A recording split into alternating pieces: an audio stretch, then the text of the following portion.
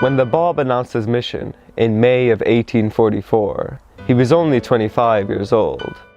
But the truth was, he had always shown signs of being a very extraordinary person.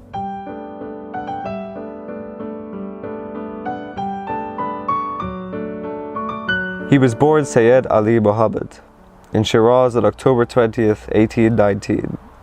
His father died when he was a child, and his uncle became his guardian. Soon after he started school, his teacher sent him home, saying that there was nothing he could teach such a gifted child. His uncle wasn't happy to hear this, and told him to just try and act like the other children. He did his best, but it was clear that he wasn't like his fellow pupils. And it wasn't just his intelligence. Even as a child, his character and gentleness were equally impressive to everyone who knew him. When the Bab was only 16, he was already managing his uncle's business in Bushehr, and there his reputation for fairness and being just grew.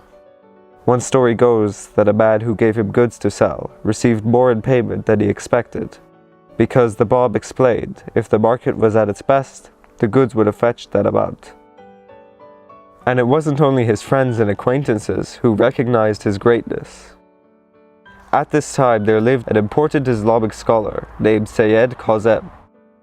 People flocked from all over to hear him speak about the coming of the Promised One. One day, Syed Kazi summoned his pupil Hassan to come to his house before dawn. When he arrived, Syed Kazi announced that a highly distinguished person had arrived in the city and that they had to visit him. They set off and soon came to a house where a youth in a green turban was waiting at the door. He greeted them lovingly, and Hassan was amazed by the reverence his renowned teacher showed to this young man. 3 days later, the youth arrived at one of Syed Kazim's lectures.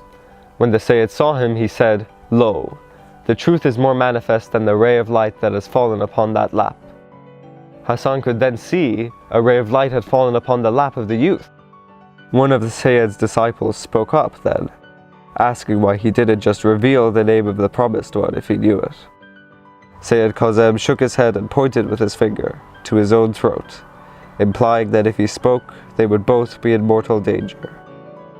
3 years later, the Bab did, of course, announce his mission, and just as Syed Kazi had predicted, he ended up giving his life for that announcement.